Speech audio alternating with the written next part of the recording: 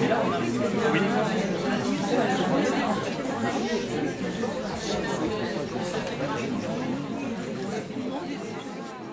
Autrette, bonsoir. Vous Bonsoir. êtes à la librairie aujourd'hui pour nous parler de votre troisième ouvrage, Ni mourir, ni souffrir, ni pourrir, publié aux éditions Baudelaire. Oui.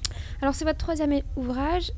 Porte-t-il sur le thème de l'homme face à la mort? Quelle est la problématique de ce livre?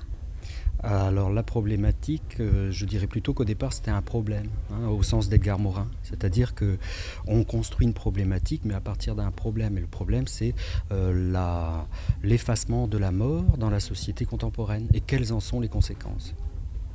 Donc les conséquences, elles vont avoir plusieurs niveaux de réponse. À un niveau individuel, donc le petit détail qui fait que, par exemple, les tomates qui apparemment n'ont aucun rapport, mais ne pourrissent jamais. On est dans le refus du pourrir aujourd'hui. Donc voilà, ça part à la fois de l'individu et dans une dimension qui est transversale et collective.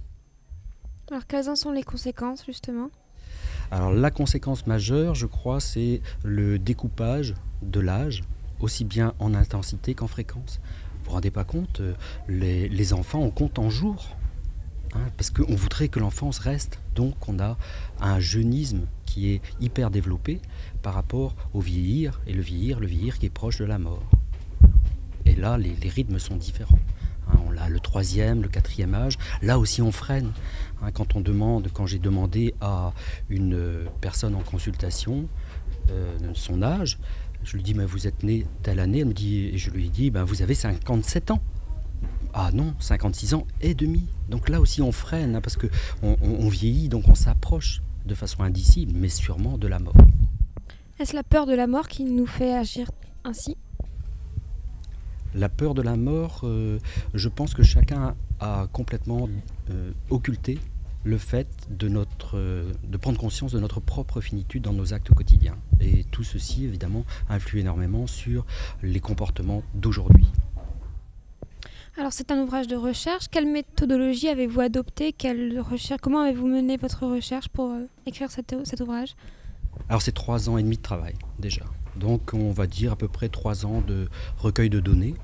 Et puis 6 mois de travail, d'écriture, de mise en forme, etc. Donc la méthodologie part de la méthodologie inductive qui est à la base de l'interactionnisme symbolique. Pour un champ, pour ceux qui sont un peu sociologues, c'est donc un construit qui s'élabore suivant une méthode ethnologique. On va sur le terrain, on recueille des matériaux, on a un objet qui se construit au fur et à mesure.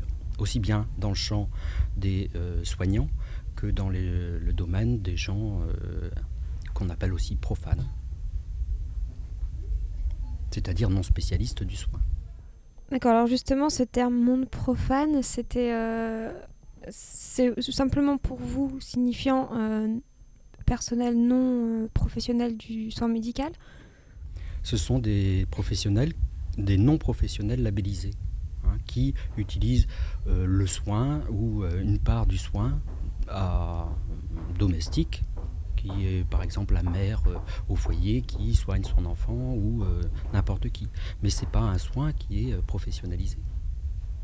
Mais alors le dernier chapitre, la dernière partie de cet ouvrage... Ce n'est pas péjoratif, pardon. D'accord, très bien.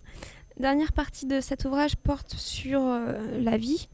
Et vous parlez donc justement de la construction du moi qui se fait dans l'interaction.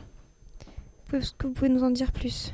Alors pour le sociologue, de façon très schématique, un peu caricaturale, il y a dans la construction de l'identité 3 mois. Le moi biologique, le moi qui est du domaine de la psyché et le moi qui est donc du domaine du sociologue et de l'anthropologue ou de l'ethnologue qui est le moi social. Et ces 3 mois permettent de dire que vous êtes tel que vous êtes, et moi comme je suis. Donc si on reprend le chapitre biologique, ce sera par exemple un manque de neurones, qui fait dire d'ailleurs dans le sens populaire tout n'est pas connecté, mais c'est biologique. Et vous avez là aussi tout le domaine de la médecine avec les biologistes certes, mais aussi tous les phénomènes d'hérédité et compagnie.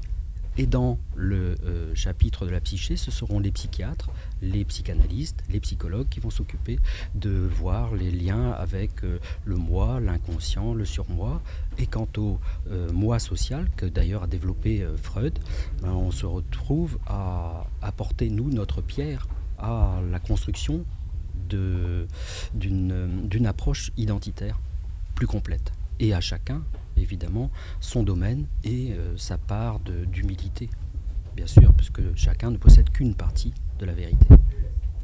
Bien, merci beaucoup. Merci également.